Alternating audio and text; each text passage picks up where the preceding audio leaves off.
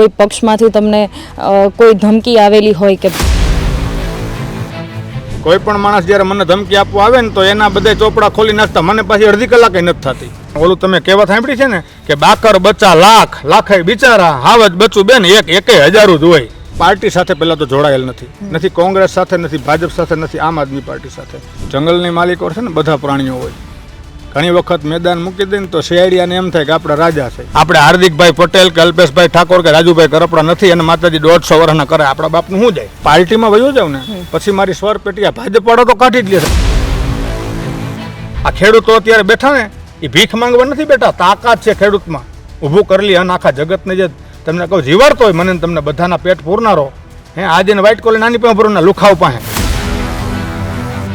કે બાંગ્લાદેશ કરતાંય ભૂખમરીમાં આપણે આગળ નીકળી ગયા, બાંગ્લાદેશ કરતાંય ગરીબીમાં આપણે આગળ નીકળી ગયા. ધારાસભ્યો સંસદ સભ્યો ખરીદ કરવા માટે આવી એક બે કંપની ખૂબ મદદ કરતી હોય એટલે એના વિરોધમાં જાય તોય પતી જાય ને નો વિરોધમાં જાય ને તો પબ્લિક પતાવી દેવાની છે. બાબા રામદેવ એમ કહેતા હતા કે નરેન્દ્રભાઈ મોદીને તમે ચૂંટીને લેવો 35 રૂપિયા પેટ્રોલ મળશે. પેટ્રોલ થઈ ગયું 100 રૂપિયા, બાબો મીંડો બિસ્કિટ ને તેલ વેચવા. અત્યારે નરેન્દ્રભાઈ મોદી છે તો એને 5 કામ સારા જ કર્યા હોય. પણ જેટલા એરપોર્ટના સાહેબ ઓપનિંગ કરીને ગયા ને એ પહેલા જ વરસાદમાં બધામાંથી અડધાને છતું એઠી પડી ગઈ. મને વાંધો અહીંયા છે બેન, આખો 6 લેન 80,000 કરોડના ખર્ચે ગયા વર્ષના એક જ ચોમાહામાં ગોઠણ હમાણા ખાડા થઈ ગયા. 80,000નું ઘાસલેટ. તો ડિઝાસ્ટર મેનેજમેન્ટને આપણે દર વખતે પગાર ચૂકવીએ છીએ દર મહિને. એ પગાર ક્યાં પાણીમાં જાય છે? ગડકરી સાહેબ કે શું કહે છે એના પોતાની યોજના પૈસો की कोई कमी नहीं है, मेरे पास 50,000 का तो कोई ऑप्शन ही नहीं है, लाख करोड़ 1.5 लाख करोड़. કે તમે હતોડા ગૃહમંત્રીમાંથી રોયલ સ્ટેટ મિનિસ્ટર બની ગયા છો અને તમે એવું નિવેદન આપ્યું ગુજરાતની જનતાને મૂર્ખ બનાવવા માટે કે જ્યાં પણ દારૂ વેચાતો હોય ત્યાંના તમામ પોલીસ સ્ટેશનના પીઆઈ કે ડીવાયએસપી કે એસપી સાહેબને સસ્પેન્ડ કરવામાં આવશે.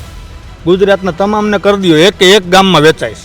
તમને પત્રકારને એક પ્રશ્ન પૂછું, જી તમે આત્માથી મને હા કે ના પાડજો, આ ખરેખર ગુજરાતમાં દારૂબંધી છે? અને 125-30 વર્ષ જૂની એ પેઢીને જો ઉખેડી નાખતી હોય તો આ લોકોને છે ને 1980 વાળાને ભારતીય જનતા પાર્ટી વાળાને ભૂલાય જ નહીં. હમણાં કાંતિભાઈ મૃત્યા કે 80 લાખ રૂપિયા આપવાનું નક્કી કર્યું. એના ભાઈએ જ કીધું કારાભાઈ કે ભાઈ 1 રૂપિયો કોઈ નથી આવ્યો. કોંગ્રેસ વાળાએ ખોટું કર્યું, કોંગ્રેસ વાળા ભેગા ભાગીદાર હતા જ નગર, કોંગ્રેસ વાળા એકના ખાવા જ એવું તમે માનો છો? આ દુઃખ અહીંયા છે યાર. તમે એક બાજુ એને એમ કહો છો કે આ ભ્રષ્ટાચારી માણસ છે અને એને જ તમે મુખ્યમંત્રી બનાવો તો આથી મોટા નુગરા તમારાથી મોટા કોઈ દુનિયામાં ન હોય. આ તો કે આપણા મુખ્યમંત્રી બિચારા મૃદુન મક્કમ. કીધું મૃદુન મક્કમ, બાપાને કીધું ભાભાને એટલે ગરમ થાવ તમે ભૂપેન્દ્રભાઈ. આ મૃદુન મક્કમતાથી આ સમાજ નો ચાલે. જનતાના આશીર્વાદ મને જીતાડે અંતર પહેલી મારી ફરજ એ છે કે બેન્ચ ઉપર ચડીને આ લોકોના હું પૂઠા ખોલ નાખીશ. અટાણ બધા પસ્તાય છે. સરદાર જેવો તો કોઈ અસરકારક માણસ નહોતો. ખૂબ મહેનત કરી ભણવામાં, દિન રાત એક કર્યા, એના પરિવારે ભોગ આપ્યા હોય અને એને જ્યારે 3 ચોપડી ભણેલા 4 ચોપડી ભણેલા અંગૂઠા છાપ અણઆવડતના પેટના નેતાઓ જેમ કેમ અમે સલામું મારવી પડે ને બેન, દૂધવાળાને ઘીરે ઘીરે ફરવું પડે. દૂધ એટલે તમે બધી બેનું તપેલી લઈને આવો, કોઈ બહેણી એમાં નાખી દે. દારૂવાળાને બેન કે હાથ ન પાડવો પડે, જ્યાં બેહે ત્યાં એ લોકો જાય. જ્યારે એમ્સ હોસ્પિટલ વિજયભાઈ રૂપાણી લેવા ને, ખરેખર વિજયભાઈ રૂપાણીની પ્રતિમા મૂકવી જોઈએ. અને જો આ આંધળી બેરીને મૂંગી સરકારને થોડું કહી જો નીતિમત્તા કે રાજધર્મ યાદ આવે ને સારું કામ કરવા માંડે ને બેન, એક એવી મારી કોશિશ છે. એટલે હું બેખોફ બોલું છું, બોલ્યો છું ને હજી પણ બોલીશ. તો આજે આપણે આવી ગયા છીએ રાજકોટ જિલ્લાના લોધિકા તાલુકાના હરિપર પાડ ગામે કે આજે આમ તો આપણી સાથે જે વ્યક્તિત્વ છે એ વ્યક્તિની મારે તમને ઓળખાણ આપવાની જરૂર નથી, કેમ કે હરિપર પાડ ગામના વિકાસની સાથે સાથે સૌથી વધારે પરિચિત જો હોય તો એ છે પોતાના નિવેદનોને લઈને. જે બેખોફ નિવેદનો એમના સામે આવતા હોય છે, આપણે સૌ સોશિયલ મીડિયાના માધ્યમથી જોતા હોઈએ છીએ. પણ પછી એ ખેડૂતનો પ્રશ્ન હોય કે સામાન્ય જનતાનો પ્રશ્ન હોય, દરેક જગ્યાએ મુનાભાઈ એટલે કે જેઓના બેખોફ નિવેદનો આવતા હોય છે, કોઈ ડર વગર નિષ્પક્ષ વાત કરતા હોય છે, એવા મુનાભાઈ સાથે આજે આપણે વાતચીત કરવાની છે. ત્યારે સૌથી પહેલા મુનાભાઈ, સ્વાગત છે આપનું સ્વરાજમાં. ખૂબ આભાર બેન આપનો, અને સ્વરાજ ન્યૂઝનો પણ ખૂબ ખૂબ આભારી છું. Thank you. જી મુનાભાઈ, અમે સોશિયલ મીડિયા પર અવારનવાર દરેક વ્યક્તિ તમને ઓળખે જ છે, પણ અવારનવાર તમારા જે નિવેદનો આવતા હોય, પછી એ ખેડૂત આંદોલનને લગતું કોઈ નિવેદન હોય, ખેડૂતોના કોઈ પ્રશ્ન હોય કે આમ જનતાના પ્રશ્નો હોય, તો તમે જે નિવેદનો આપતા હોવ છો તો એમાં ક્યાંક ને ક્યાંક અમે જોતા હોય છે કે કોઈ ડર વગર તમે આ નિવેદનો આપતા હોય છો. તો એ હિંમત પાછળનું કારણ શું છે? બેન, મુગલો વખતે જો આપણે ભારત દેશની સંસ્કૃતિ જે તે વખતે ધર્મ નિભાવવા માટે રાજા રજવાડાથી માંડીને આમ જનતાએ અવાજ ન ઉપાડ્યો તો આજ આપણી સ્થિતિ શું હોત? બીજો મુદ્દો કે અંગ્રેજ વખતે જ્યારે મહાત્મા ગાંધીજી, સરદાર વલ્લભભાઈ પટેલ, મૌલાના આઝાદ, મહાત્મા ગાંધી અને અનેક શહીદો થયા. એ શહીદ વીરોએ જો અવાજ ન પાડ્યો તો આપણી સ્થિતિ શું હોત? મારો મુદ્દો એક જ હોય છે કે સરકાર જ્યારે બને છે ને, લોકો દ્વારા મત મેળવી અને વિધાનસભામાં ધારાસભ્યો જાય એની સરકાર બને અને દિલ્હીમાં સંસદ સભ્યો ચૂંટાઈને એની સરકાર બને. આ સરકારનો એક મોટો ઉદ્દેશ્ય, મુખ્ય ઉદ્દેશ્ય જેનો લોગો કહી શકાય એ એક જ હોવો જોઈએ કે જનતાનું સારું કરવું, જનતાની સુખાકારી માટે કામો કરવા, જનતાની સુવિધા માટે કામો કરવા. પણ તમે કઠણાઈ જુઓ, તમે તો પત્રકાર જગતમાંથી આવો છો, મારા કરતાં વધારે તમને ખ્યાલ હોય. અત્યારે ગુજરાતની જ આપણે વાત કરી તો 18,639 ગામડાઓ છે ને બેન, એમાં હું ડિબેટમાં હમણાં વીટીવીમાં બેઠો હતો ને ત્યારે એવો ખુલાસો થયો કે 75 જ ગામડાઓ એ ગ્રેડના છે. તમે કલ્પના કરો, 75 વર્ષમાં ખાલી 75 જ ગામડામાં પૂર્ણ સુવિધા પહોંચી છે. એમાં મારું ગામ પણ છે કે જેમાં તમામ સુવિધાઓ અમે પૂરી પાડી શકાશે. રોડ, રસ્તા, ડ્રેનેજ 100% ઘરે ઘરે ગેસથી આપેલા, અમે મીટરથી પેલું ગેસ આપી છીએ, ઘરે ઘરે 20 વર્ષથી પૂરતું પાણી છે, સ્કૂલ ખૂબ સારી છે. આ બધી બાબતો જે અમે સરપંચ તરીકે કરતા હોય અને નાનાથી માંડીને મોટા માણસ સુધી એનો ફાયદો થતો હોય, એ જ બાબત બેન સરકારને વિચારવાની હોય છે. સરકારના આ જ મુદ્દા મહત્ત્વના હોય છે. સંસદનું સત્ર મળતું હોય કે વિધાનસભાનું સત્ર મળતું હોય ત્યારે મોસ્ટ ઓફ એને જે કાંઈ કાયદામાં શુદ્ધિકરણ કરવું, કાયદામાં સંશોધન કરવું, નવા કાયદા લઈ આવવા, એ બધાય પબ્લિકને એટેચ થતાં, પબ્લિકની સુવિધામાં વધારો થતાં, ખેડૂતને લાભો કરતા, મહિલાઓની સુરક્ષા વધારતા કે વિદ્યાર્થીઓના પ્રશ્નની અંદર કાંઈ પણ આગળ એને ભણવામાં કે કોઈ તકલીફ ન પડે એના માટેના સારા કાયદા લેવાની જરૂર હોય. અને એવા ટાણે આટલા વર્ષો પછી પણ આ સરકારો પહેલેથી માંડીને અત્યાર સુધી, આઝાદીથી માંડીને, હજી મને એવું નથી લાગતું કે નક્કર કામો કોઈ સરકારે ખરેખર ભારતની જનતા માટે, ભારતના ખેડૂત વર્ગ માટે, મહિલાઓ માટે, બાળકો માટે. તમે જુઓ ને, આજ આંદોલનનો દેશ બની ગયો છે. કદાચ ટીવી મીડિયાના માધ્યમથી હું કહેવા માગું છું કે ત્યારે તો મારી હયાતી નહોતી, મારા ફાધરની બધાય નાના હશે. આઝાદીમાં તો કદાચ એમનો જન્મ નહીં હોય, પણ મેં વાત એવી સાંભળેલી છે કે અત્યારે જે વૃદ્ધ વડીલો પાસે કે જે વખતે માથાકૂટું દેશમાં અંગ્રેજોની સામે હાલતી ને, એમ અત્યારે તમે જુઓ એટલે શહેરમાં નગરપાલિકાઓ હોય તો એના પ્રશ્નો માટે લોકો રોડ ઉપર ઉતરી આવે છે. ખેડૂતો અત્યારે આપ જોઈ રહ્યા છો, ખેડૂતો પોતાની જમીન બચાવવા માટે, પોતાની માતૃભૂમિ કયો તો એ છે, પોતાની જે કાંઈ એમાંથી એને રોજીરોટી મળે છે, ખેડૂતનું જે કાંઈ કયો નહીં જમીન બેન અમારે હોય છે, અમારી માં અમે કહી છીએ એને, તો એમાં મંજૂરી વગર સીધે એ લોકો પોલીસના દ્વારા લાઠીચાર્જ કરી અને બીવડાવવાનો, દબાવવાની એક કોશિશ અને પોતાનું મનમાયનું કરવાનું અને પોતાની એક માનીતી કંપનીઓને લાભ આપવા માટે થઈ અને ખેડૂતનો અવાજ દબાવવાની કોશિશ થાય છે, વિદ્યાર્થીઓનો દબાવવાની અવાજની કોશિશ થાય છે ને બેન. અને જ્યારે તમારા જેવી બેન દીકરીઓ હોય ને, બેન દીકરીઓની ઇજ્જત ખૂબ મોટી વસ્તુ છે સમાજની અંદર. નાના ફૂલ માથે જે બળાત્કાર અને એને મારી નાખવાના જે ગુનાઓ અને કૃત્યો બની રહ્યા છે, પહેલાંના સમયમાં આપણા વખતમાં એવા બીજા સ્ટેટના દાખલા દેવાતા હતા. ગુજરાતની અંદર, ગુજરાતમાં શાંતિ હતી કે ભાઈ ફલાણા સ્ટેટમાં આમ ગુનાખોરી છે, ફલાણા સ્ટેટમાં, આપણે કોઈનું નામ નથી લેતા બટ કહીએ છીએ, બધાને ખબર છે. આજે એ દાખલા ગુજરાતના દેવાવા માંડ્યા છે. ગુજરાતમાં તમને એમ કહું કે છેલ્લા 2026ની સાલમાં રાજકોટની અંદર દર 8 દિવસે એક મર્ડર. 2 દિવસ પહેલાંના સંદેશ ન્યૂઝમાં છે આ. અને અનેક એવા મુદ્દાઓ હોય છે કે જ્યાં મારી એક ઈચ્છા એવી હોય છે, કોઈ ફેમસ થવા માટે, ફોલોવર્સ વધારવા માટે, કે કોઈ સોશિયલ મીડિયામાં ઇન્ફ્લુએન્સર બનવા માટે, કે મેં તો પૈસા માટેનું પેલું એકાઉન્ટે જોઈન્ટ નથી કર્યું કોઈ જગ્યાએ, કમાવા માટે નહીં, પણ એક મને પીડા છે, વેદના છે અને મારો અવાજ એક બુલંદ થાય અને ગુજરાતની જનતા વતી મારો અવાજ સરકાર સુધી પહોંચે. અને જો આ આંધળી બેરીને મૂંગી સરકારને થોડું કહી જો નીતિમત્તા કે રાજધર્મ યાદ આવે ને સારું કામ કરવા માંડે ને બેન, એક એવી મારી કોશિશ છે. એટલે હું બેખોફ બોલ્યો છું ને હજી પણ બોલીશ.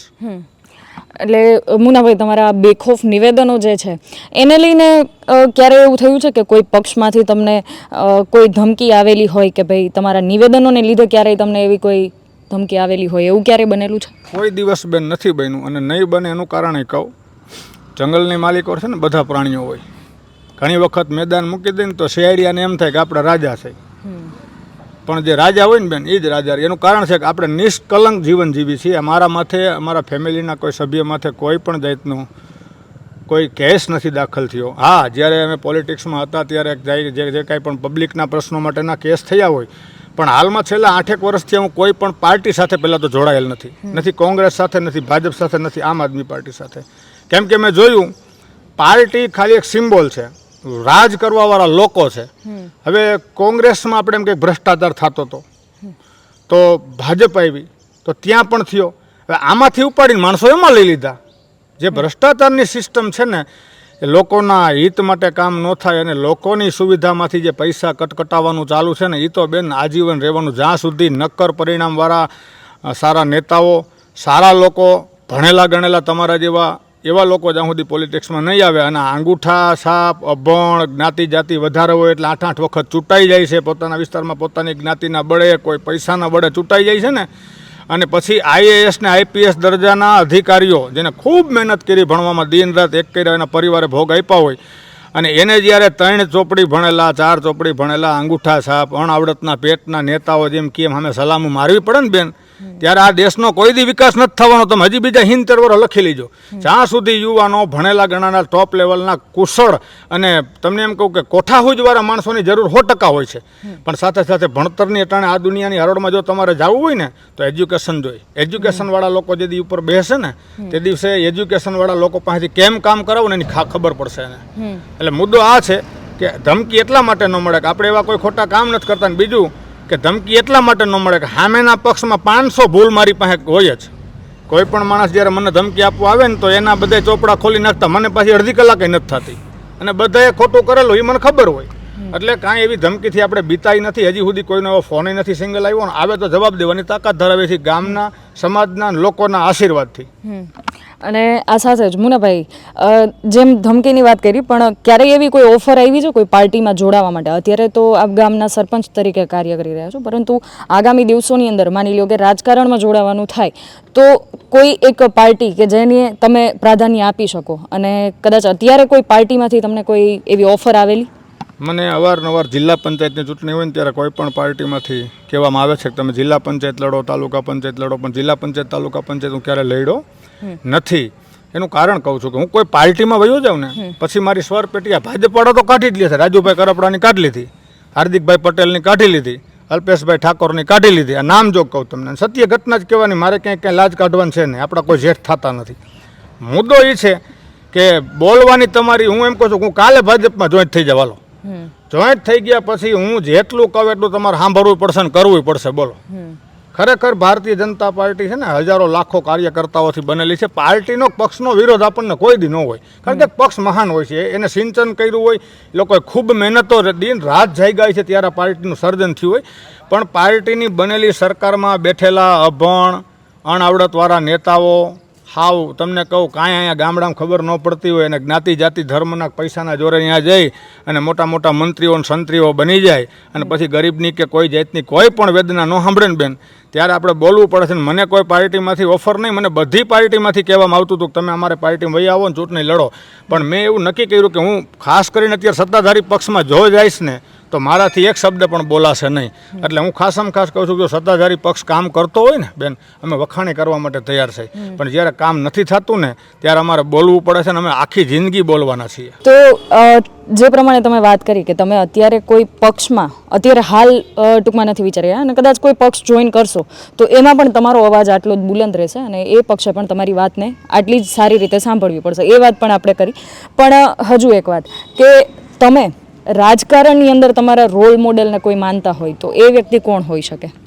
રોલ મોડેલમાં મને તમને વાત કરું તો મારા ઉપર ઘણાનો પ્રભાવ છે. મારા જીવનમાં સ્થાનિક નેતાઓનો પ્રભાવ હોય અને રાષ્ટ્રીય નેતાઓનો પ્રભાવ હોય. અટલ બિહારીજીનું ખૂબ માનતો, કેમ કે એ હંમેશા રાજધર્મની વાત કરતા. તમને ખ્યાલ હોય તો ગુજરાતમાં ગોધરાકાંડ થયું, એ ગોજારો ઇતિહાસ આપણા ગુજરાતનો છે, એ કોઈને ગમ્યું નથી. બે ધર્મના લોકોને હાનિ નુકસાન થયું છે, ખૂબ દુઃખ છે, એની પીડા છે આપણને. ત્યારે અટલ બિહારી વાજપેયીએ નરેન્દ્રભાઈ મોદી આપણા યશસ્વી વડાપ્રધાનની બાજુમાં બેસીને એમ કીધું હતું કે નરેન્દ્રભાઈ રાજધર્મ કા પાલન કરો. ત્યારે એને કટાક્ષમાં કીધું હતું કો તો હો રહા હૈ. તો આપણે એ બાબતથી એટલા માટે ઓલું કરીએ છીએ કે અટલ બિહારીજી એક એવા સારા, નિષ્ઠાવાન, નિષ્કલંક અને એક મારા મનમોહનસિંહ ડૉક્ટર કે જેઓને અમેરિકા બોલાવીને એમ કહેતા હતા, અમેરિકા ઓબામાની બધાય કે સર અમારે 300 વર્ષ પછી ગરીબી આવી છે તો આના માટે તમારી પાસે કોઈ પગલાં હોય તો કયો. 8-8 દિવસ સુધી તેની સલાહ લેવામાં આવતી હતી. અને એવા મહાન વ્યક્તિઓએ આ દેશનું સિંચન કર્યું. ઇન્દિરા ગાંધીથી જેટલા માનો વડાપ્રધાન હોય, નહેરુજી પછી ઇન્દિરાજી આવ્યા હોય, લાલ બહાદુર શાસ્ત્રી આવ્યા હોય, પાછા મોરારજી દેસાઈ બળવો કરીને સરકાર બનાવી હતી, પછી ગુજારીલાલ નંદા હોય, પછી આપણે મનમોહનસિંહ સાહેબ છે કે અટલ બિહારી છે, વીપી નરસિંહ રાવ છે, એચડી દેવગૌડા છે, બધાય સરકારો ચલાવી હોય ને ત્યારે એને દેશના હિતમાં કાંઈક કંઈક કામો કર્યા હોય. અત્યારે નરેન્દ્રભાઈ મોદી છે તો એને 5 કામ સારા જ કર્યા હોય, પણ જે કામો નક્કરતાથી એક ગામડાથી શરૂઆત થાય ને, જો ભારત ક્યાં વસે છે? ગામડામાં. ભારતનો મુખ્ય વ્યવસાય શું છે? તો કે ખેતી. ભારતનું બેન 80% જીડીપી આપણું અને અર્થતંત્ર ખેતી ઉપર નિર્ભર છે. આપણા આખા વિશ્વને અનાજ પૂરું પાડી શકીએ, આખા વિશ્વની ઇકોનોમીને જીવતી રાખી શકીએ ને એવડી બજાર છે. તો આ બજારનો ઉપયોગ નથી કરાવી શકતા લોકો સત્તાધારીઓ, કારણ કે ક્યાંક ને ક્યાંક એ કંપનીઓના પેલા ગુલામ બની ગયા છે, ક્યાંક ને ક્યાંક ચીપટી માંગરી આવી ગઈ છે. કારણ કે ઘણીવાર હું જોતો હોઉં છું કે એક સરકારને પાડવા માટે, સરકારને ઊભી કરવા માટે, ધારાસભ્યો સંસદ સભ્યો ખરીદ કરવા માટે આવી 1-2 કંપની ખૂબ મદદ કરતી હોય એટલે એના વિરોધમાં જાય તોય પતી જાય ને નો વિરોધમાં જાય ને તો પબ્લિક પતાવી દેવાની છે. આ સાથે જ મુનાભાઈ, એક સોશિયલ મીડિયામાં મેં તમારો વિડીયો જોયેલો કે જેમાં તમે વાત કરી રહ્યા છો કે વિકાસ જે છે એ સંસદની બહાર નથી નીકળ્યો, પરંતુ આપણે અત્યારે જોઈએ છીએ એમ્સ આવી, એરપોર્ટ આવ્યું, રાજકોટની અંદર આટલા વિકાસના કામો થયા છે, તો એ બાબતમાં તમારું શું કહેવું છે?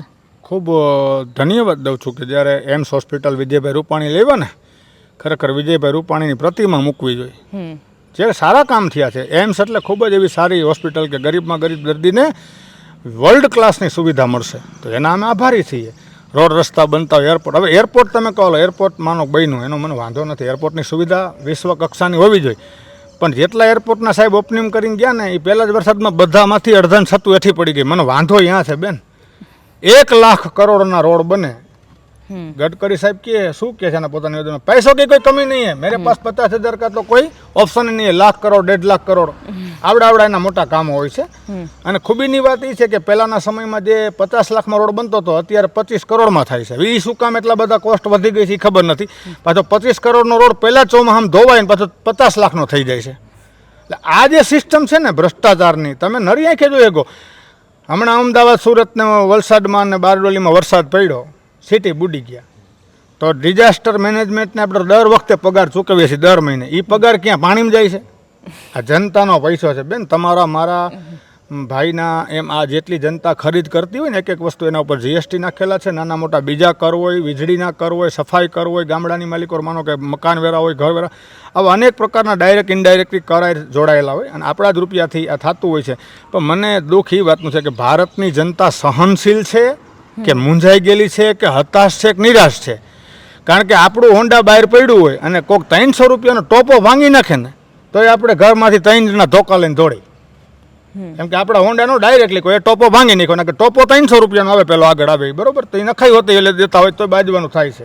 જૂના વખતમાં કોઈને નરિયા 2 ફોડી નાખો એટલે ધબધબાટી બોલે, બાયણે સુધી બાયું દાંતેડા લઈને આવી જાય કે તમારા છોકરાના બાજુ મોકલતા ને હવે ભાંગી નાખશું. તો આટલું બધું નુકસાન જે થાય છે ને આપણું જ થાય છે. તો જનતા હોતી શું કામ છે? તમારા ઘર પાસે આજુબાજુમાં બહુ ચોખ્ખા હોય, બાજુમાં જ તમે ડમ્પિંગ સ્ટેશન કર્યું હોય, કચરાનો કોઈ નિકાલ ન થતો હોય, એટલી બધી ગંદકીમાં આપણે રહી છીએ બેન. વિશ્વના બીજા દેશોમાં આપણે વિશ્વગુરુ સાહેબ થઈ ગયા, વિશ્વગુરુ થઈ ગયા. વિશ્વગુરુ ને વિશ્વના ચેલાને હરોળમાં નથી. હમણાં 2 દિવસ પહેલાંનું નિવેદન આવ્યું એનસીઆરના આંકડામાં કે બાંગ્લાદેશ કરતાંય ભૂખમરીમાં આપણે આગળ નીકળી ગયા, બાંગ્લાદેશ કરતાંય ગરીબીમાં આપણે આગળ નીકળી ગયા. વિચાર તો કરો તમે, જે દેશને આપણે આઝાદી અપાવી હતી, આપણા રહેમ કરમથી જે દેશ બન્યો, પાકિસ્તાનમાંથી જુદો કર્યો ઇન્દિરાજીએ 71ના યુદ્ધમાં, કોઈ સંસાધન વગર યુદ્ધ જીતા હતા, ભાડે પ્લેન લઈ આવીને. અત્યારે આપણી પાસે આવડી ટેકનોલોજી છે અને સાહેબ એમ કહેતા હતા રજત શર્માની આપ કહેતા, મને દુઃખ ક્યાંય તમને કહી દો તો તમે લોકોને ઉલ્લું ન બનાવો ભાઈ, જે તમે કરી શકો છો નહીં કહો. મુન્નાભાઈ એમ કહે કે આ તળાવને આખી માથે હું સ્લેબ ભરી દઈશ ને મોટો બગીચો કરીશ, તો ખોટી વાત છે. આ તળાવમાં તમારો બાપ જ બગીચો ન થાય, આવડી મોટી છત કેદી ભર લેવી? હા ભાઈ, તળાવનો કાંઠો સારો કરશું, 1-2 જગ્યાએ નાવાના ઘાટ બનાવી દઈશું બહેનો માટે, એ હું કહી શકું જે મારાથી થાય છે. ખોટા સપના તમે બતાવોમાં, જો બતાવો ને તો પૂરા કરો. સપનાને વિખવાની, તોડવાની, રોંદવાની કોઈને આ વસ્તુનો કોઈ અધિકાર નથી. ભારતની દેશની જનતાએ 60 વર્ષનું કોંગ્રેસનું શાસન બેન અને 125-30 વર્ષ જૂની એ પેઢીને જો ઉખેડી નાખતી હોય તો આ લોકોને છે ને 1980 વાળાને ભારતીય જનતા પાર્ટી વાળાને ભૂલાય જ નહીં કે આ ભારતની જનતા છે. આને યમનોને, યહૂદીઓને, ડચને, ફ્રેન્ચને, હુણને, ગોથને, ચાઇનાવાળાને, મોગલોને, છેલ્લે અંગ્રેજોને જો અહીંથી દંડા મારીને કાઢી મૂક્યા હોય, આ એ કોમ છે. આ તો જાગતી નથી બેન. જાગે ને એટલે હારા શાસકના મૂળિયા ઉખેડી નાખે. અને આમાં તાકાત છે, આપણી અંદર એક ઉર્જા છે, તાકાત છે, પણ સહન શક્તિ હારવાર છે. ભાઈ મુન્નાભાઈ કરે છે ને તો બરોબર છે, ગામને એવું હોય પણ હવે મુનાભાઈ આખું ઊંધું જ નાખવા માંડે ત્યાં સુધી ગામ ન બોલી ન હાલે. ત્યારે કેવું પડે કે મુનાભાઈ હવે જે તમે પગલાં લ્યો છો ને આમાં ગામના લોકોનો અહિત છે, અહીંયા છોકરા પડશે, અહીંયા છોકરાઓને લાગશે, ઢીકડું આમ થાય, આવા બધા પ્રશ્નો કરતા લોકો થવા જોઈએ. એટલે જે રૂપિયાનો ગેરઉપયોગ થાય છે ને બેનને બોલવું પડે છે. તમે અહીંથી જોવો જામનગરથી ચંડીગઢ આખો માર્ગ બનાવ્યો, આખો 6 લેન 80,000 કરોડના ખર્ચે. ગયા વર્ષના એક જ ચોમાસામાં ગોઠણ હમાણા ખાડા થઈ ગયા. 80,000નું ઘાસલેટ બીજા 80 નાખવાના ને. જનતા હુકમ નથી બોલતી, આપણા જ પૈસા છે મામાઓ, આ બીજા કંઈ છાપીના લોકો લઈ આવતા. મુદ્દો આ છે, ત્યાં મારો અવાજ નીકળે છે. બે ખોફ નીકળે છે. તમે સપના બતાવો. તમને એક હું નાની સ્ટોરી કરી દઉં કે એક બાળક ગરીબ માણસનો દીકરો હતો અને એને મેળો, આપણા સાતમ આઠમનો મેળો આવે ને એમાં જવાનું થયું. એટલે બાળકને ખબર હોય કે મેળામાં રમકડા મળશે, ત્યાં કંઈક મને ભાગ લઈ દેશે, ત્યાં મને પેલી ગુલ્ફી કે આઈસ્ક્રીમ લઈ દેશે પપ્પા. પરિસ્થિતિ ખરાબ, બહુ જ ગરીબ માણસ. એટલે મેળામાં તો ગયા બાપ દીકરો, પણ તકલીફ એ થઈ કે એની ભાઈ પૈસા નહીં. એટલે બાળક હું કે પપ્પા મને પેલી સૂતર ફેણી તો કે બેટા પછી લેવું. પપ્પા પેલો કોન લઈ દો ને, પપ્પા ઝૂલામાં બેસાડો ને, પપ્પા પેલા ફજતમાં બેસાડો ને. એટલે એના બાપા એને ના જ પાડે. છોકરો રોવા માંડ્યો, કકડવા માંડ્યો. એ દરમિયાન કોઈ ભીડમાં બાપનો હાથ છોકરાથી મુકાઈ ગયો ને એટલે છોકરો રાડું માંડ્યો નાખવાનું. બીજા માણસો પછી સિક્યુરિટી પોલીસ આવી ગઈને પૂછવા માંડી અને છાનો રાખવા માંડી, બેટા તારે ચોકલેટ છે? ના પપ્પા. તારે ઝૂલામાં બેસું છે? ના પપ્પા. તારે પેલું રમકડું આપીએ? ના મને પપ્પા આપો. સાંભળો, તો એ વસ્તુ જ્યારે હાથમાંથી વહી જાય ને ત્યાં આપણને કદર થાય. બધી જે જોતી હતી વસ્તુ એને આપવામાં આવી હતી કે મારો બાપ મારે જોઈશે. એમ આ દેશની જનતાને તમને સત્તા આપ્યા પછી સુવિધા જોઈશે, બીજું કાંઈ નથી જોતું.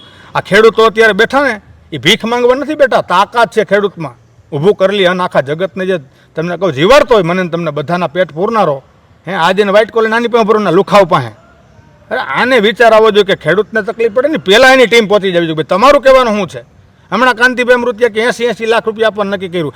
એના ભાઈએ જ કીધું કારાભાઈ કે ભાઈ 1 રૂપિયો કોઈને નથી આવ્યો. વિચાર કરો તમે, આવું ખોટું નહીં બોલો. સપના બતાવો તો તમે પૂરા કરો. નક બતાવો મને ભાઈ, તમને કોણે કે હમ દીધા છે ગીતાજીમાં હાથ મુકાવ્યા હતા કે આટલું અચ્છે દિનનું 35 રૂપિયા પેટ્રોલનું, 15 રૂપિયા કિલો ખાંડનું, 5 રૂપિયા કિલો શાકભાજીનું બોલજો તમને કોઈએ કીધું હતું? એ માયલું એક કામ થયું હોય તો તમે મને કહો. 2014ના તમારી પાસે બધા વિડીયો હશે. એ મુજબનું એક કામ થયું હોય તો મને કહો. બાબા રામદેવ એમ કહેતા હતા કે નરેન્દ્રભાઈ મોદીને તમે ચૂંટીને લેવો 35 રૂપિયા પેટ્રોલ મળશે. પેટ્રોલ થઈ ગયું 100 રૂપિયા, બાબો માંડ્યો બિસ્કિટનું તેલ વેચવા. એટલે હવે એટલા ચોકી શકી લીધા પોતાના. અને જનતા બિચારી ત્યાંની આ છે, હજી રાહમાં છે કે હજી અચ્છે દિન આવશે, કાયલ આવશે, પરમદી આવશે, આ વર્ષે આવશે. આ વાટમાં નવા નેતાઓ આવતા ગયા, મારી જેમ કંઈક બોલવાવાળા આવતા ગયા, લોકોને ભરોસો આવતો ગયો, એને મત દેતા ગયા, એક મોરા બદલતા ગયા. દેશની હાલત ખસ્તા રહીને ખસ્તા જ રહી. અત્યારે મુનાભાઈ તમે જે પ્રમાણે વાત કરી એ પ્રમાણે શું લાગે છે કે કદાચ આગામી દિવસોમાં તમે જો રાજકારણમાં જોડાવ તો કોઈ વખત તમારું અવાજ છે એ કોઈ એક પાર્ટીમાં, માની લો તમે કોઈ એક સત્તાધારી પાર્ટીમાં અત્યારે જોડાયા છો ને કદાચ એની અંદર તમારો અવાજ દબાવવાની કોશિશ કરવામાં આવે તો મુનાભાઈ જો કદાચ પક્ષ પલટો કરે તો અત્યારે જે પ્રમાણે પક્ષ પલટો થઈ રહ્યો છે તો ક્યાંક ને ક્યાંક લોકોની એવી વાત આવી રહી હોય કે નેતાઓ છે એ ખરીદાઈ જાય છે. તો માની લો કે મુનાભાઈ કદાચ કોઈ એક પાર્ટીમાં જોડાય અને એ પાર્ટીની અંદર તમારે જે કામ કરવા જાય એ કામ ન થાય તો મુનાભાઈ પોતાની પાર્ટી ઊભી કરે કે પછી કોઈ પાર્ટી બદલાવે? બેન તમને મેં હમણાં જ વાત કરી, સપના બતાવવા તો પૂરા કરવા. લોકોને એક મારા ઉપર આશા હોય ને, અને કદાચ હું કોઈ પણ અપક્ષમાંથી માનો કે ચૂંટણી લડું અને જનતાના આશીર્વાદ દઈને મને જીતાડે ને ત્યારે પહેલી મારી ફરજ એ છે કે બેન્ચ ઉપર ચડીને આ લોકોના હું પૂઠા ખોલ નાખીશ કે તમે અહીંયા ગાંઠિયા ખાઈ અને 37 રૂપિયા ભાડા 5 સ્ટાર હોટલ જેવી ફ્લેટના ભરી અને લાખો રૂપિયા અમારી જનતાનો પગાર પડ્યા પછી અહીં બેઠા પૌવા ખાંડવા તમને બોલાવ્યા છે. મારો મુદ્દો આ છે ત્યાં તે દિવસે. અને તમને એ કહું જેથી મુન્નાભાઈ કદાચ આમાં પાછા તો પડી જ નહીં, આપણે ભગવાનની કૃપા છે, પણ ક્યાંય એમને દબાવવાનો કોલો કરવાની કોશિશ થાય ને બેન તે પાટલી બદલો કોઈ દી નહીં કરી. મારો એક પહેલેથી નિયમ છે, સ્તરથી ને હેઠે ન ઉતરવું, સ્ટેજથી હેઠે ઉતરી જવું. બેન અમે સંગીત જોડાયેલા છે, ઘણા લોકો હું સ્ટેજ ઉપર બેઠો હોય ને મારા કલાકાર ગાતા એટલે ફરમાઈશ ને લાવે 4 બંગડીવાળી ગાડીને ગીત ગાવ. હું કહું પડે આવા ગીત ન ગાવાના હોય અહીંયા. તો કલાકારને એમ કહું કે સ્ટેજથી હેઠે ઉતરી જઈજો, લાખોની કમાણી ગોયરી, પણ સ્તરથી હેઠે ન ઉતરતા. એટલે મુન્નાભાઈ માથે જે જનતાનો બેન વિશ્વાસ છે ને મુન્નાભાઈ તૂટવા નહીં દે. આપણે હાર્દિકભાઈ પટેલ કે અલ્પેશભાઈ ઠાકોર કે રાજુભાઈ કરપડા નથી અને માતાજી 150 વર્ષના કરે, આપણા બાપનું શું જાય. પણ આપણે કોઈ દિવસ જનતાને એ દગો નહીં આપીએ કે કોઈ પણ પાર્ટીના દબાણમાં આવવાથી કે કોઈ પણ પાર્ટીના પેલામાં આવવાથી કે મારા કામ શું કામ ન કરે બંધારણીય હક તરીકે હું લેખિતમાં લઈશ મુખ્યમંત્રી પાસેથી ધારાસભ્ય હોય તો કે સાહેબ મારા વિસ્તારમાં 20 ગામમાં પાણીના પીવાની તકલીફ છે, કેટલા દિવસમાં આ વસ્તુ સોલ્વ થાય છે બોલો. એમ કે 20 દિવસમાં સાહેબ 2 મહિના 20 દી આપ્યા, લેખિતમાં આપો તો.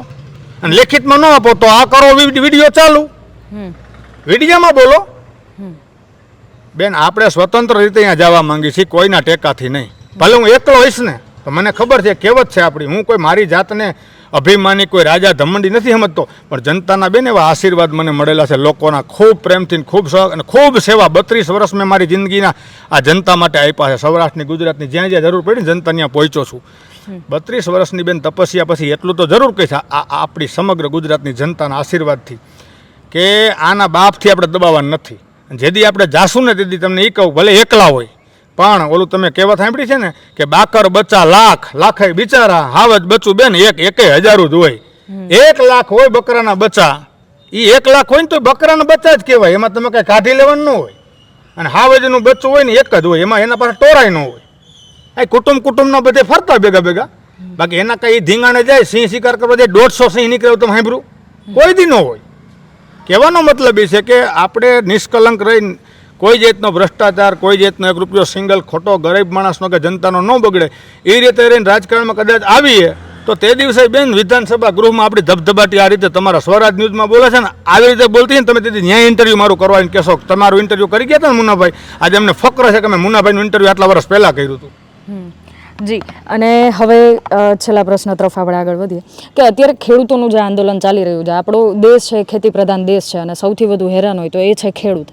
ખેડૂતોને ઘણા પ્રશ્નો છે, જેમ કે પાકના પૂરા ભાવ ન મળવા, અત્યારે જે આંદોલનો ચાલી રહ્યા છે કે વીજ પોલને લઈને આંદોલનો ચાલી રહ્યા છે, તો ખેડૂતોને એવો કયો પ્રશ્ન છે કે જે મુન્નાભાઈને સૌથી વધારે અસર કરતો હોય અને જો તમે સત્તામાં હોય તો સૌથી પહેલાં એ પ્રશ્નનું નિરાકરણ લઈ આવો, એવો ખેડૂતોનો કયો પ્રશ્ન છે કે જે સૌથી વધુ અસર કરે છે? બેન ખેડૂતને એક મોટો પ્રશ્ન છે ને વીજળીનો પહેલેથી છે. પૂરી વીજળી ખેડૂતને આ સરકાર કોઈ સરકાર આપી હેગી નથી. 8 કલાક આપે ને રાતે આપે, પાછા 12 વાગ્યાથી સવારના 8 વાગ્યા લગી આપે. 12 વાગે ખેડૂતને વાડીએ જવાનું, મોટરને ચાપ પાડે, પછી એમાં પાછા 3 ઝટકા આવે, લાઇટ જાય એટલે વળી ખેડૂતને પાછું પાણી વારતા દોડીને મોટરે પહોંચવાનું ચાલુ કરવાનું. એટલે આ એક તો છે ને વીજળીનો પ્રોબ્લેમ છે.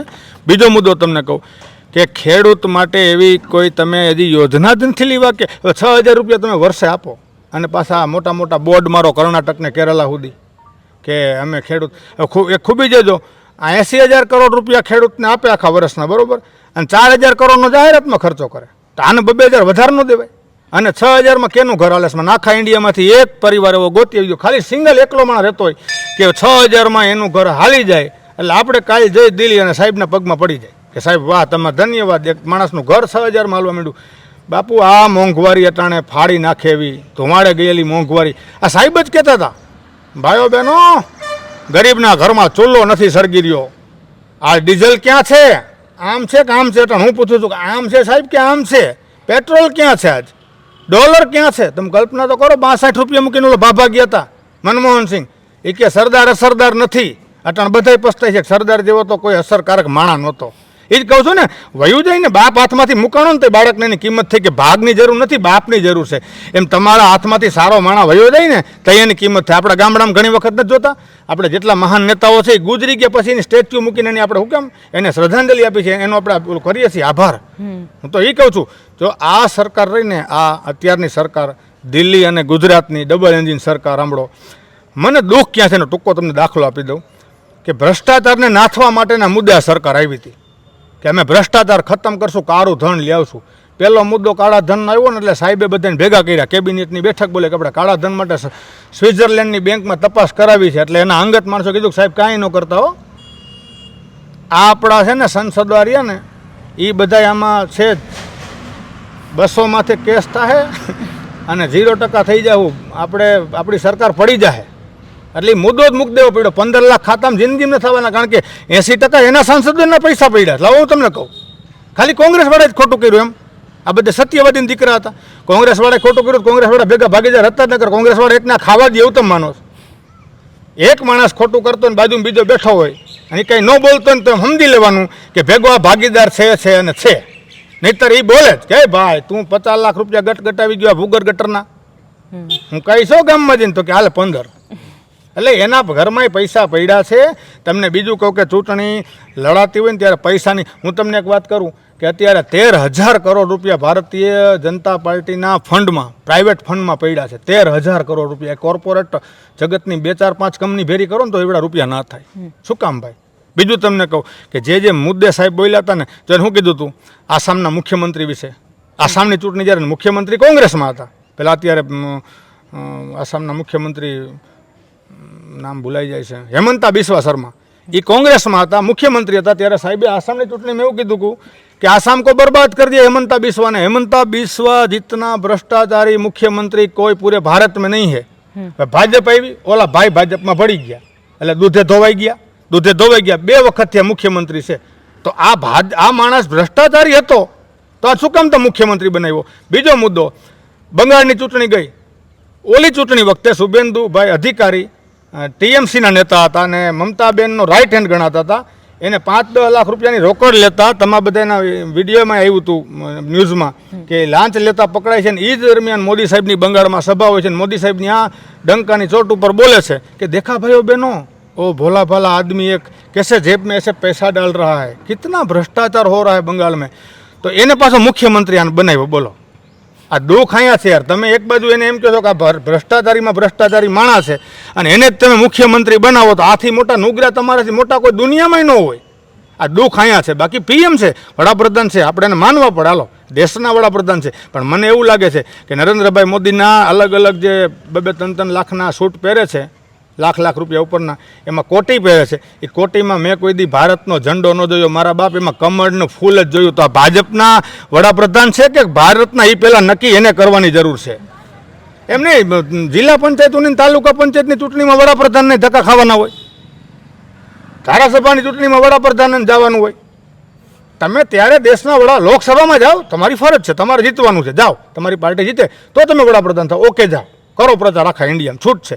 પણ ધારાસભા શું છે ભાઈ? તમારે તેલંગાણામાં વાન અમથી અમથા 8,000 કરોડનો ઝોલો છો. મેં ઝોલા ઉઠા કે ચલ પડુંગા. એ 8,000 કરોડનું પ્લેન છે એર ઇન્ડિયાનું, નાનો હુંનો ઝોલો નથી. અને ઝોલા તો આપણા હાથમાં પકડાય ને ત્યાં બોલવું પડે છે. બાકી સારા કામ કર્યા હોત ને વિદ્યાર્થીઓ માટે, ના તેને સ્કૂલો ને યુનિવર્સિટી. હવે તમે જો ધર્મેન્દ્ર પ્રધાન હમણાં રાજીનામું આપ્યું, એની દીકરી નેમિષા પ્રધાન ક્યાં ભણતી હતી બેન? અમેરિકા ભણી. જય કિશન વિદેશ મંત્રીના છોકરા ક્યાં ભણ્યા? અમેરિકા ભણ્યા. શિવરાજસિંહનો છોકરા ક્યાં ભણ્યા? અમેરિકા, લંડન ભણ્યા. સુષ્મા સ્વરાજના દીકરા દીકરી જે કાંઈ ટૂંકમાં છે, અરુણ જેટલી હોય કે માધવરાવ સિંધિયા, જેટલા મોટા નેતા છે એના બધાના છોકરા અમેરિકા શું કામ ભણે છે ભાઈ? તો 12 વર્ષમાં તમારી સરકાર છે ને, આ ગુજરાતમાં, રાજસ્થાનમાં, મહારાષ્ટ્રમાં અને એમપીમાં તમારી સરકાર જ છે, ડબલ એન્જિન. તો તમે 14 વર્ષમાં એક સારી સ્કૂલ ન બનાવી શકાય એનો આ તમે સીધું ઉદાહરણ આપો છો. કે એક સારી યુનિવર્સિટી તમે નથી બનાવી ભારતમાં, તો જ તમારા છોકરા. મારા ગામમાં સારી સ્કૂલ હોય, મારા ગામમાં સારું દવાખાનું હોય, સાંભળો, તો હું મારા મધરને લઈ અને અમદાવાદ દવાખાને જાઉં.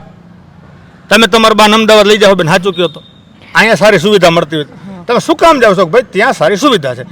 એનો મતલબ એવો, તમે તમારા બધાયના બાળકો જો તમે વિદેશમાં ભણાવો છો અને ગરીબ માણસોના બાળકો માટેની 93,000 સ્કૂલ તમે બંધ કરી દીધી છે. એક તો પ્રાઇવેટ સ્કૂલોને તમે આ વધારો કરવા માટે માલથી, મસલથી, મનીથી. અને બીજો મુદ્દો કે આ જે બાળકો ભણે નહીં, પૂરા હજી ભણી ન હોગે અને એ નિરક્ષર રહે, એટલે આપણું છે ને આ દુકાન હાઈલા જ રાખે. કેમ કે આ લોકો 85 કરોડ લોકો ગરીબ છે ઇન્ડિયામાં. તારે એને અનાજ દે મફતમાં, શિક્ષા હારી નહીં દે. શું કામ? આ લોકોને જીવતા મતદાર જોઈએ છે, બૂથ સુધી પૂગીને બટન દબાવવા. જાગૃત મતદાર નથી જોતો.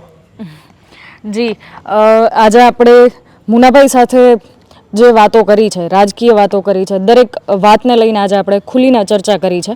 પણ હજી મુનાભાઈને એક ખાલી એ પૂછું, મુનાભાઈ, આ જે તમે ચર્ચા કરો છો, આપણે અગાઉ પણ પૂછ્યું કે આ તમારી જે હિંમત છે એને ખરેખર દાદ દઈએ છીએ. પરંતુ અત્યારે એક મુદ્દો ખાસ ચર્ચામાં છે. એ મુદ્દો છે ગુજરાતમાં દારૂબંધી હટાવો. અમુક લોકો એવું કહી રહ્યા છે કે દારૂબંધી હટાવો, કેમ કે જે લઠ્ઠાકાંડ અત્યારે થઈ રહ્યા છે, એ લઠ્ઠાકાંડમાં ઝેરી દારૂના લીધે ઘણા લોકોએ પોતાનો જીવ ગુમાવ્યો. અત્યારે તજેતરનો દાખલો આપણે ભાવનગરમાં જોયો છે. તો એ મુદ્દે થોડાક દિવસ પહેલાં અમે તમારો પણ એક વિડીયો જોયેલો હતો. તમારા ગામની અંદર તમે કોઈ વ્યક્તિને ચેતવણી આપી રહ્યા હતા, એમને જે મોટાભાઈ તરીકે ઠપકો આપી રહ્યા હતા કે તમારા ગામની અંદર આ કંઈ કાર્ય ન થવું જોઈએ. તો એક તરફ ગુજરાતમાં દારૂબંધી છે, એક તરફ ગુજરાતમાં સમાચાર આવે છે કે તાત્કાલિક લઠ્ઠાકાંડ થઈ છે અને બીજે જ દિવસે 1 કરોડ ઉપરનો દારૂ પકડાય છે. તો એ આખી મેટરમાં આ આખો જે મુદ્દો છે એની બાબતમાં તમારું શું કહેવું છે? તમને પત્રકારને એક પ્રશ્ન પૂછું, જી તમે આત્માથી મને હા કે ના પાડજો, આ ખરેખર ગુજરાતમાં દારૂબંધી છે? એટલે મૂળ સવાલ એ જ છે કે એક બાજુ દારૂ બંધી છે પણ દારૂ ક્યાંય બંધ નથી. આ ચોખ્ખી વાત છે કે દારૂબંધી હોવા છતાં દારૂ ક્યાંય બંધ નથી. એટલે મૂળ મુદ્દો જે છે કે દારૂબંધી છે કે નથી, અને જો છે તો દારૂબંધી ખરેખર આમ તો ક્યાંય છે જ નહીં. તો એ બાબતમાં તમારું શું કહેવું છે? એ કહેવત છે બેન આપણે અહીંયા, અને હમણાં જ બનેલી છે, જાજા વર્ષો નથી થયા, કે દૂધવાળાને ઘીરે ઘીરે ફરવું પડે, દૂધ એટલે તમે બધી બેન તપેલી લઈને આવો, કોઈ બહેણી એમાં નાખી દે. દારૂવાળાને બેન કે હાથ ન પાડવો પડે, જ્યાં બેહે ત્યાં એ લોકો જાય. અને મને તમે એક બતાવો, મને આપણા રોયલ સ્ટેટ મિનિસ્ટર, સોરી આપણા ડેપ્યુટી સીએમ ગૃહમંત્રી આપણા હર્ષભાઈ સંઘવી, ખૂબ વિદ્વાન ભણેલ ગણેલ માણસ, અને એની પાસે અત્યારે આ પાવર છે, સત્તા છે લો એન્ડ ઓર્ડરની, તો એના દ્વારા આ વાત એને પોગાડજો કે મુન્નાભાઈ એમ કહેતા હતા વ્યક્તિગત તમને, કે તમે હતોડા ગૃહમંત્રીમાંથી રોયલ સ્ટેટ મિનિસ્ટર બની ગયા છો, અને તમે એવું નિવેદન આપ્યું ગુજરાતની જનતાને મૂર્ખ બનાવવા માટે કે જ્યાં પણ દારૂ વેચાતો હોય ત્યાંના તમામ પોલીસ સ્ટેશનના પીઆઈ કે ડીવાયએસપી કે એસપી સાહેબને સસ્પેન્ડ કરવામાં આવશે. ગુજરાતના તમામને કરી દો, એક ગામમાં વેચાય છે, એક શહેરમાં વેચાય છે. દારૂ બંધી કે દારૂ ખુલ્લી રાખવી એનો કોઈ બેન ઇસ્યુ નથી. જ્યાં બંધી છે તો ત્યાં આટલો બધો કેમિકલ યુક્ત દારૂ ગમે ત્યાં ગમે એવો માણસ બનાવવા માંડે. અને હું તો એમ કહું છું કે ખાલી આનો વાંક નથી. સાંભળજો, કાયદામાં એવું સંશોધન કાં નથી કરતા કે એક બેન ત્રીજી વખત દારૂ બનાવવાનો પકડાણો 10 વર્ષ ગયું પૂઠું, એને પીનારો મકણા પીવાવાળો માણસ એક બેન ત્રીજી વખત પકડાણો, એને 2-4-6 મહિનાની સજા, કડક સજા.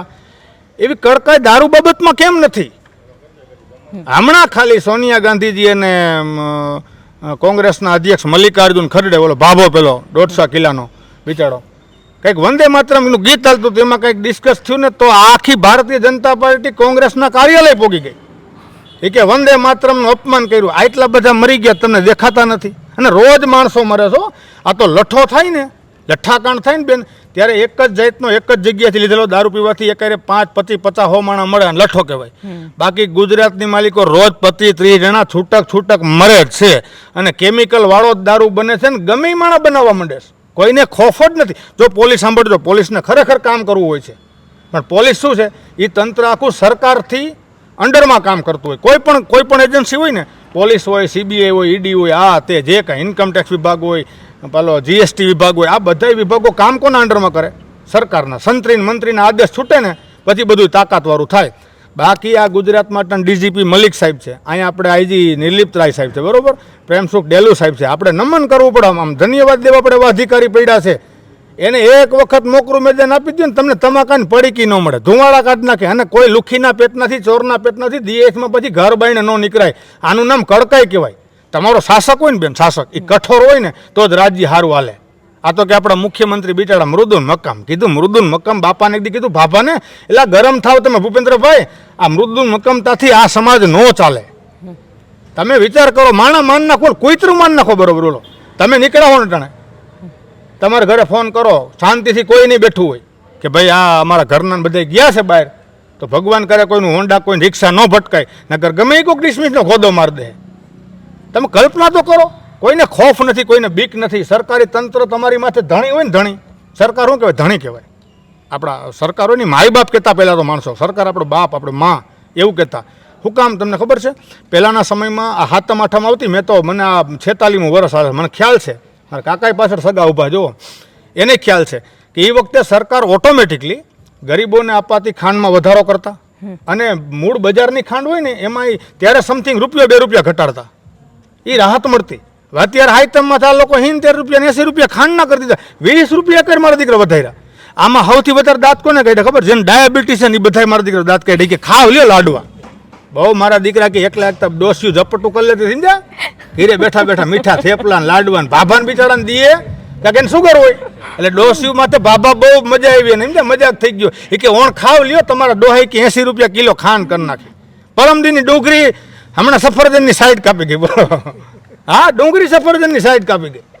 એટલે આ તમે ડુંગળી ખાંડ જેવી જો વસ્તુમાંથી કંટ્રોલ રાખી ન શકતા હોય તો તમારે આ રાજધર્મ સંભાળી અને આ ગાદીઓ મૂકી દેવાય. તમારાથી ન હાલતું હોય ને તો મૂકી દેવાય. આ દેશની ગુજરાતની આ પરિસ્થિતિ આટલી ખરાબ ન કરાય. તમને કોને અહીંયા હમદીન બેહી રહેશે કે નહીં? ભાઈ 20 વર્ષ સુધી અહીં મારે બેહવું પડે છે, માતાજીને હામ ખાઈને ખોડિયારમાં આવ્યો છે એવું કાંઈ છે? જો રાજધર્મ કોને કહેવાય ખબર છે? મુંબઈમાં 2011માં હુમલો થયો બેન, શિવરાજસિંહ પાટીલ ત્યાંથી મહારાષ્ટ્રથી ગૃહમંત્રી હતા, સેમ દિવસે રાજીનામું. એ કે મારી જવાબદારી બને છે હું મારા દેશની જનતાનું રક્ષણ ન કરી શક્યો. આ પુલવામા અટેક થયા, પહેલગામમાં ધર્મ જોઈને ગોળીઓ મારી દીધી, અમિતભાઈ શાહ એર કન્ડિશન રૂમમાં બેઠા બેઠા એવું નિવેદન ન આપ્યું કે મને દુઃખ છે. તમારી જવાબદારી હોય. મુન્નાભાઈ કીધે આ ગામની માલિકો બહુ ઉથલ પાથલ થઈ જાય ને તો મારા આત્માન માલિકો એક અવાજ આવવો જોઈએ કે મારે આ પદ આજ મૂકી દેવાનું થાય છે, મારાથી મારા ગામના લોકોને દુઃખ ઊભું થયું છે. એટલે આ લોકો બેન છે ને જે રાજ કરે છે ને એને એક વિનંતી છે કે તમારી પાસે હજી સમય છે, હિતાવ્યાડો થોડોક સમય બાકી છે. અને નરેન્દ્રભાઈ મોદીને ખાસ ખબર હોવી જોઈએ કે યુવાનો ભેગા થયા હતા જંતર મંતર ઉપર અને ધબધબાટી બોલાવી નાખી હતું, જે મસ્તીથી આંદોલન કર્યું હતું. આ આખા દેશમાં જો આંદોલન બીજી ત્રીજી રીતે આ ભૂખમરીમાં એમાં ભયડો લઈ ગયું ને તો માફ કરજો, પણ નેપાળવાળી થઈ હતી ને પછી ઇન્ડિયાવાળીના દાખલા બીજા દેશ આપશે કે ઇન્ડિયાવાળી કરવી છે એમ. નેશનલ ન્યૂઝવાળા રહ્યા ને એ બધાય દલાલના ભેટના છે. અને બેન જ્યારે દેશનો પત્રકાર છે ને, સાંભળજો, દેશનો નેતા ભ્રષ્ટાચારી નમાલો હોય, નબળો હોય, પત્રકાર દલાલ હોય, જનતા નાસીપાસને હતાશ હોય અને તમે જગત પ્રહરી કહેવાય, તમે જાગતી જોત કહેવાય. આ પત્રકારની પહેલી ફરજ શું છે કે સમાજમાં થતા સારા નરસા બનાવોને સમાજની સામે મૂકવા. પણ આ જેટલા મોટા ન્યૂઝવાળા રહ્યા ને જેટલા પણ ગુજરાતીમાં હોય, હિન્દીવાળા હોય, બધા આ લોકો પૈસાથી ખરીદાઈ ગયેલા છે, પૈસાથી વેચાઈ ગયેલા છે, પોતાનો ધર્મ ભૂલ્યા છે. અને આ છે ને તમારું પત્રકાર જગત છે ને એ ધર્મ સાથે જોડાયેલું હોય, સમજ્યા તમે? આમાં તમારે સત્ય બતાવવું પડે કે ભાઈ આ મુન્નાભાઈનું સારું કામ છે ને આ પાછું મુન્નાભાઈ તમારી ભૂલાય છે. આ બે વસ્તુ તમારે કરવી પડે. જંતર મંતરથી લઈને તમે ખેડૂતના અટાણે આવડું મોટું આંદોલન હાલે છે, કેટલાય દિવસ થયા, કેટલાય લોકો હેરાન થાય છે, કેટલાય ગામડાને બેનું દીકરીઓમાંથી ધોકા લાઠીચાર્જ થાય છે. આટલી હદે પહોંચ્યા પછી આ દલાલના પેટના મીડિયાવાળા, હું તો એમ કહું છું કે આ બધા મીડિયાવાળાને પૂરા કરી દેવા હોય ને તો આપણા દિલ્હી જઈ અમિતભાઈ શાહ અને નરેન્દ્ર મોદીના તળિયે તમારે સાઈનાઇટ ચોપડી આવવાનું, કારણ કે હવારા ઉઠીને ને આ બધા અહીંયા જ તલવા ચાટવા જાય છે. એટલે આમે પૂરું ને આમે પૂરું. ભગવાન કરે અને 150 વર્ષ ના કરે, પણ જો આ લોકો કોઈ દિવસ સત્ય બાબત દેશ સામે મૂકી નથી. દેશમાં તમે જોયું જંતર મંતર ઉપર, મને એ ગમ્યું કે જે મોટી મોટી ચેનલોવાળા આવ્યા ને એને ગોદી મીડિયા કઈ કઈને એ વિદ્યાર્થીઓએ બારા કાઢી મૂક્યા હતા. અને તમારી જેમ જે નાની ચેનલો, ભલે ચેનલ નાની હોય પણ તમારું કામ છે ને બેન બહુ મોટું છે. તમે લોકો ખરેખર જનતાના જે પ્રશ્નો છે એ અમારા જેવા પાસે આવી અને તમે લઈ અને ઉપર સુધી પહોંચાડો છો અને લોકોના હિતના કંઈ કામો થાય ને એના માટે મથો છો. બાકી આ ઉપર બેઠાની ટોટલ મીડિયા ઇન્ડિયાનું એક નંબરનું છે, દલાલ છે, શીસરું છે અને હાવ અધર્મીના પેટનું છે. આ બાબત છે. જી, ખૂબ ખૂબ આભાર મુન્નાભાઈ. આપે જે રીતે આપ બેખોફ થઈને નિવેદન આપતા હો છો એ જ રીતે આજે બેખોફ થઈ અને તમે જે વાતચીત કરી છે, લોકોની આંખ ઉઘડે એવી વાતચીત કરી છે અને દરેક વાત છે નિષ્પક્ષ રીતે કરી છે. આપનો ખૂબ ખૂબ આભાર આજે સ્વરાજ સાથે વાતચીત કરી અને દરેક વાત રાખવા બદલ. થેન્ક યુ બેન. જી, ખેડૂત ભાઈઓ છે ખેતરમાં ડ્રોન ઉડાવતા હોય છે ત્યારે આપણે એક પ્રશ્ન સતાવતો હોય છે કે જે આપણે અત્યાર સુધી જીપીએસ ટેકનોલોજી વાળા ડ્રોન વાપર્યા છે, જેથી કરીને મોબાઈલ ટાવર છે અથવા તો હાઈ ટેન્શન લાઈન પસાર થતી હોય, કોઈ વૃક્ષો હોય, ત્યારે જે જીપીએસ ટેકનોલોજી વાળા ડ્રોન છે એમાં ટકરાય અને ટ્રેસ થાય છે. પણ એગ્રીવન લાવ્યું છે જીએનએસએસ ટેકનોલોજી ડ્રોન, જેથી કરીને એ ડ્રોન છે એ કોઈ જગ્યાએ ટકરાય નહીં, પોતાની રીતે જ ડિસિઝન લે છે ને મૂવ થઈ જાય છે. જેથી કરીને જીએનએસએસ ટેકનોલોજી ડ્રોન છે એ વાપરવાનો આગ્રહ રાખો.